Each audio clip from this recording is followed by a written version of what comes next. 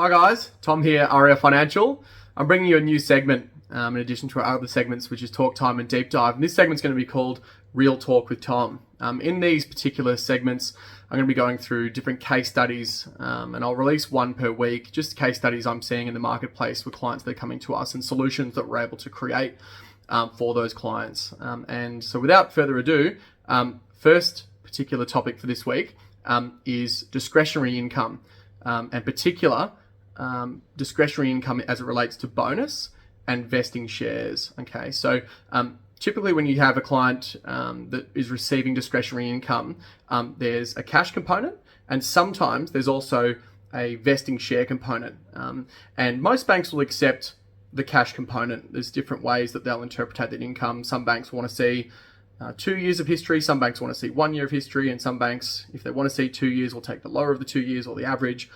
There's a whole bunch of different ways that cash component of that discretionary income is interpreted. However, when it comes to the vested shares, there's not many banks that will accept those. Okay, there might be a handful of banks that are willing to accept that type of income. It can be more volatile, and that's why banks aren't as sort of forthcoming to accept it as they might otherwise be.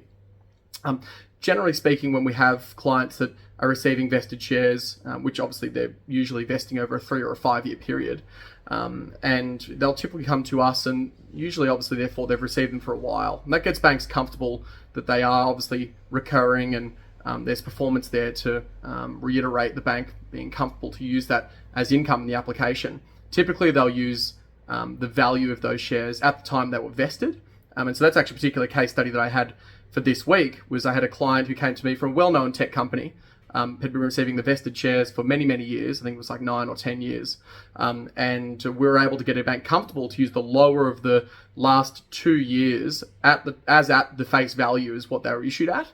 And that enabled us to get the borrowing capacity that client needed to actually get to the purchase price that they wanted to get to. So it's a really good way we can create an outcome. As I said, there's not many banks that do it. There's only a handful. So it does require a bit of negotiation, and banks' appetites change with this income. As you might know, obviously the shares can go up and go down, and sometimes when the shares are down, banks aren't as forthcoming to accept the type of income. So it does depend on a particular time, depends on a particular client background. Other assets on the client's balance sheet can also help, but this is just a way where we're able to create a bit of a different outcome, a great solution, so they can get to the purchase price they want to get to. So that's the first particular case study that I've got in this series, in this line of series. So tune in for the next one, and I think the next one's going to be sort of along the similar lines of how we create outcomes for clients that can be sort of in the different corners of credit policy. So stay tuned for that, and I'll catch you next time.